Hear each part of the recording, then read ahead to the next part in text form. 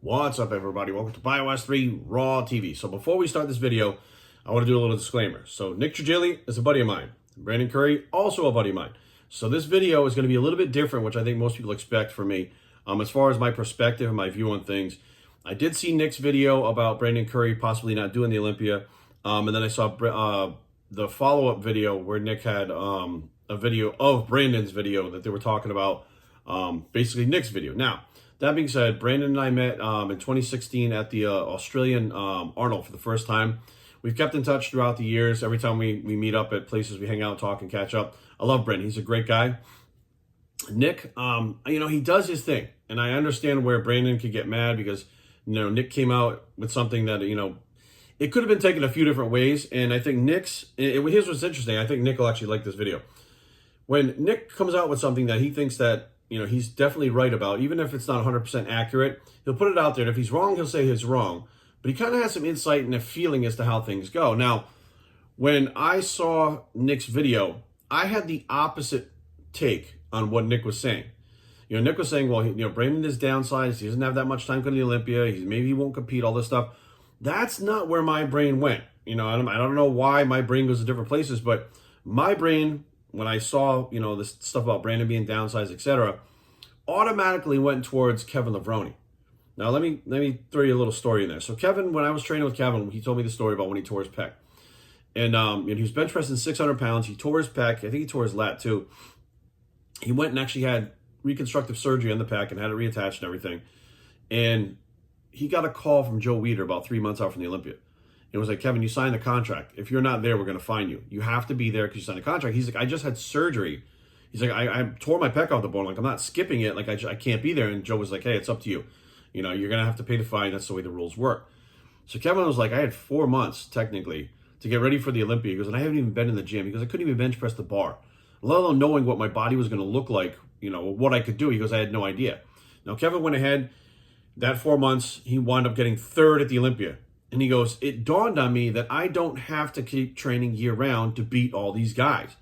He's like, I could take time off, let my body rest, and my body looked better when I came back. He's like, I wasn't necessarily bigger. He's like, but I wasn't going to beat anybody with size. I had enough size, and getting bigger wasn't necessarily making my physique look better. And that's automatically where my mind went when I was listening to Nick. I'm like, Brandon is not going to beat Big Ramy on size. He's just not going to do it. I mean, nobody's going to beat Big Ramy on size, right? So why play that game?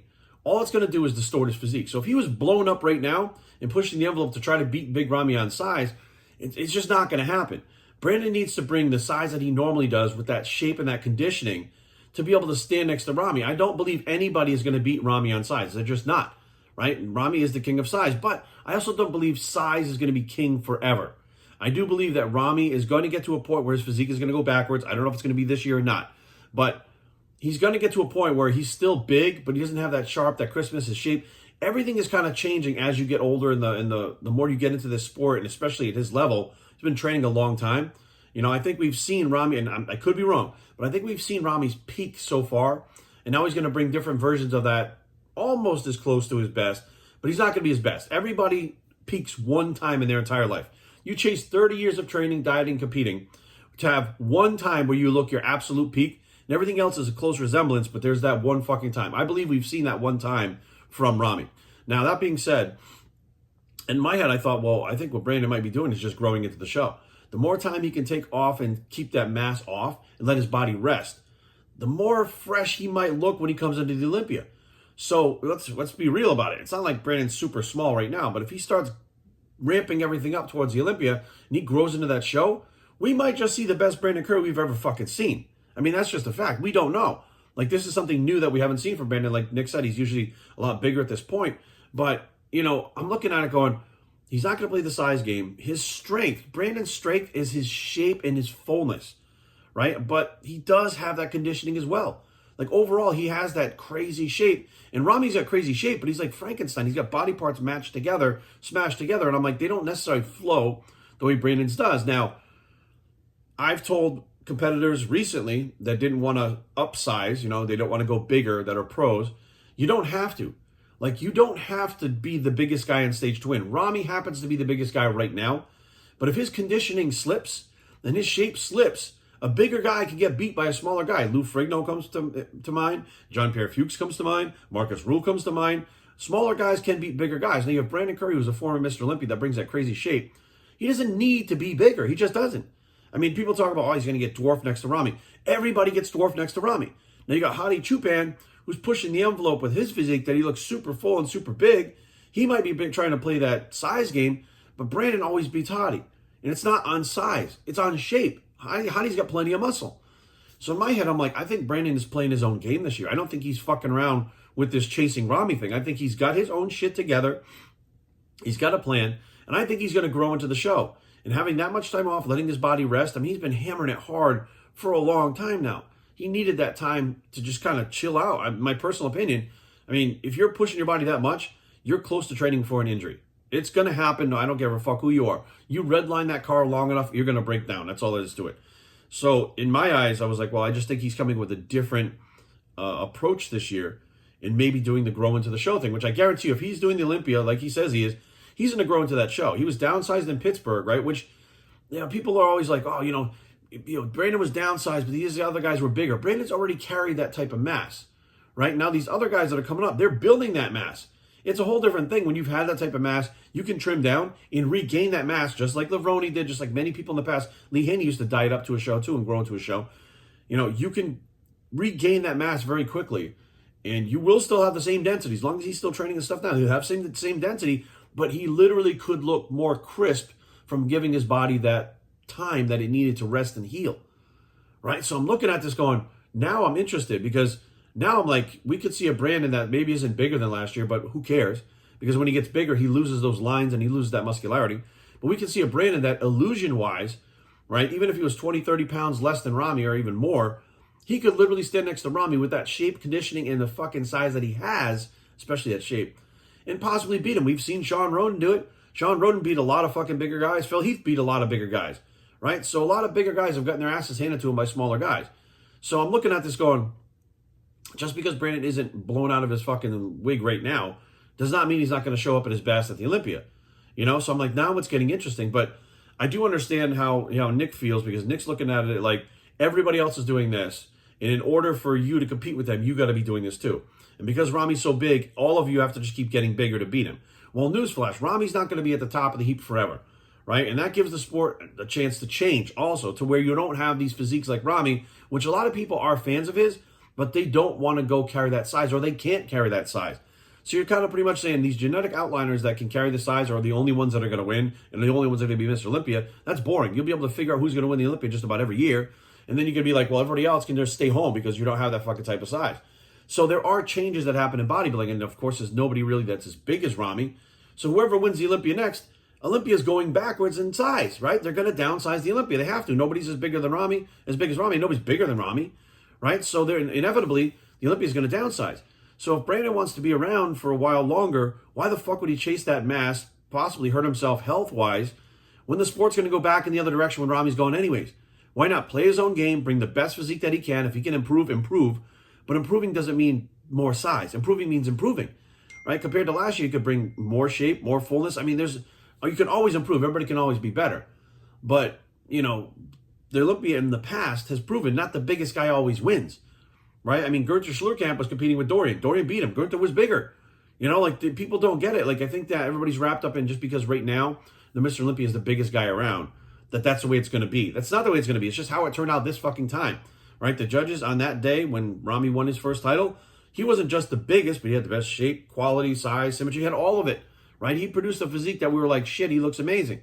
Now, last year he came back, not as amazing, and barely won it again, right? So we can already say that, right? When he first won, that was his fucking peak. That was the best we've ever seen him, right? So now, already last year was much decline. Maybe he can improve from last year, but again, he's 2 years older than he was when he first won. Will he be able to reproduce that physique? I'm almost guaranteeing you fucking no. Now, I could be wrong, but at Ramy's age, with the things he's doing, the time he's taking off, I mean, I'm telling you right now, it's like, to me, it's up in the air. I don't know where the fuck the Olympia's going this year, who's going to win, but I do believe that every single one of these guys, if they have a chance at beating Ramy, they need to play their own game. None of them, Nick Walker, Labrada, Hadi, Brandon, they're not going to beat Ramy in size. So for them to keep doing that shit over and over again, it's almost guaranteeing themselves they're not going to win, right? What they need to do is play their own fucking game. hope that Ramy fucks up and doesn't bring the conditioning and the shape, but has his size. They hope he fucks up, because let's be real. There was one year where Ramy was like fucking out of the top 5, right? When I don't remember what he placed, but he like apologized to his fans. I mean, we can see Ramy miss it by a fucking mile. Happens all the time.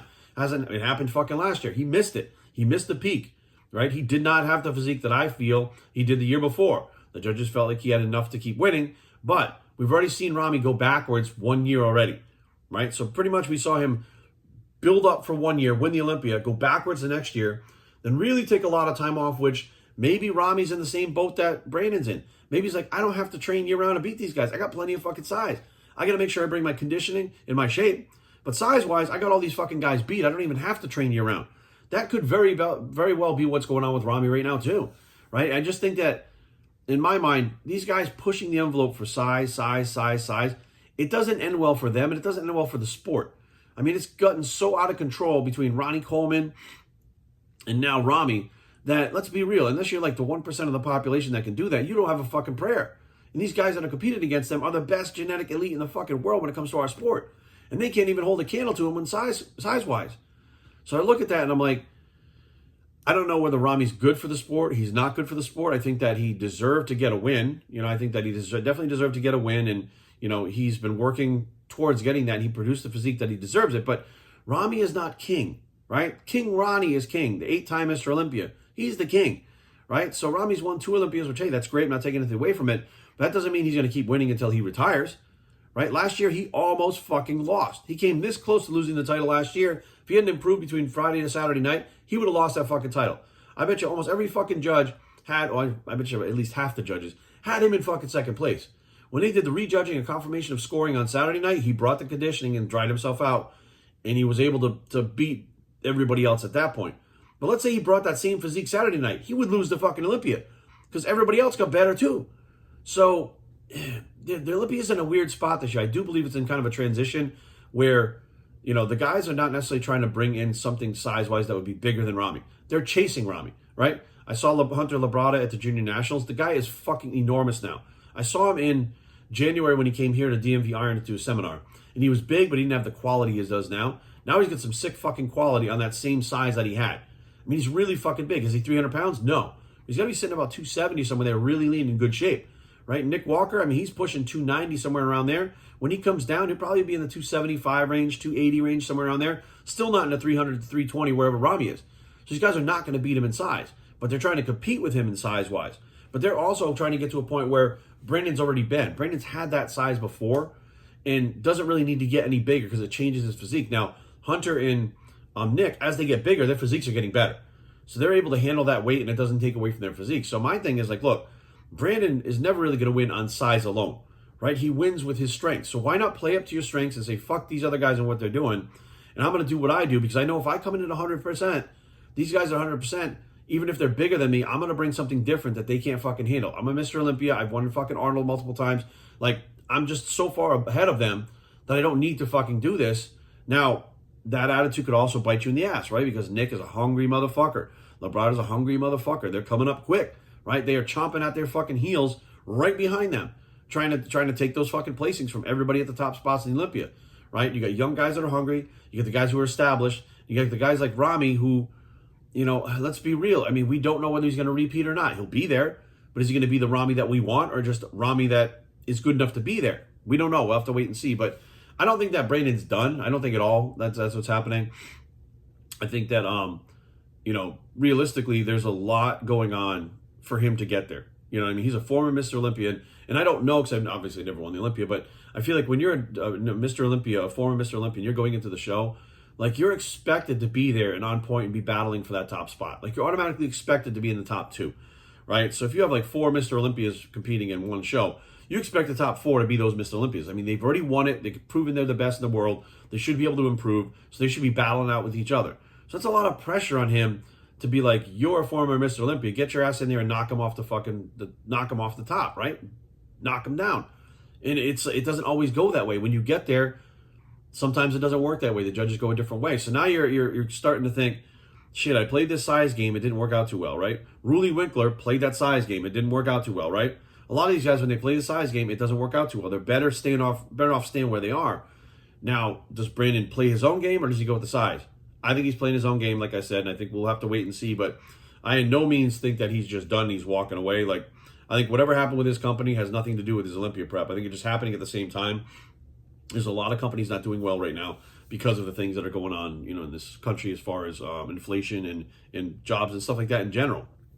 So we don't really know why the company is being dissolved. It happens all the time in this industry, but I don't think that has anything to do with the fact whether he's doing the Olympia or he's getting ready to retire or he's being lazy. I think it's calculated. I think that, I think that he's calculating and taking his shot. He's picking his shot, and it might be the right shot. It might be the wrong one. I don't know. I think he's taking a chance, and he's willing to take that chance because he's not going to beat him on size, and he knows it.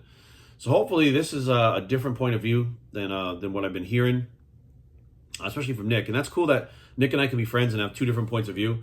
And, like I said, my brain went to this automatically, and Nick's went to the opposite way. Now, I did watch Nick's video, and I'm like, I can see how I can see how you can put that together. I'm hoping that Nick watches this video and goes, fuck, okay, I can see how you can put that together. Now, there might be missing pieces in it. There might be things that, make sense or don't. But I'm like, realistically, that's kind of where I went with it, and that's where he went with it. But again, we're going to have to wait until December now, right? Because it's not September. So December to see how Brandon comes in at the Olympia. And I do believe that this year is going to be an exciting year, a lot more exciting than other years. We got a lot of prospects, and I personally believe that Rami is not a slam dunk. I believe this thing is up in the air and anybody can take it. And Brandon, I feel, is one of those guys. BouncerChang@gmail.com. Leave comments down below, but don't fight. Bushing.com's a blog. It's the Brandon's Still In It Bicep, and we are out.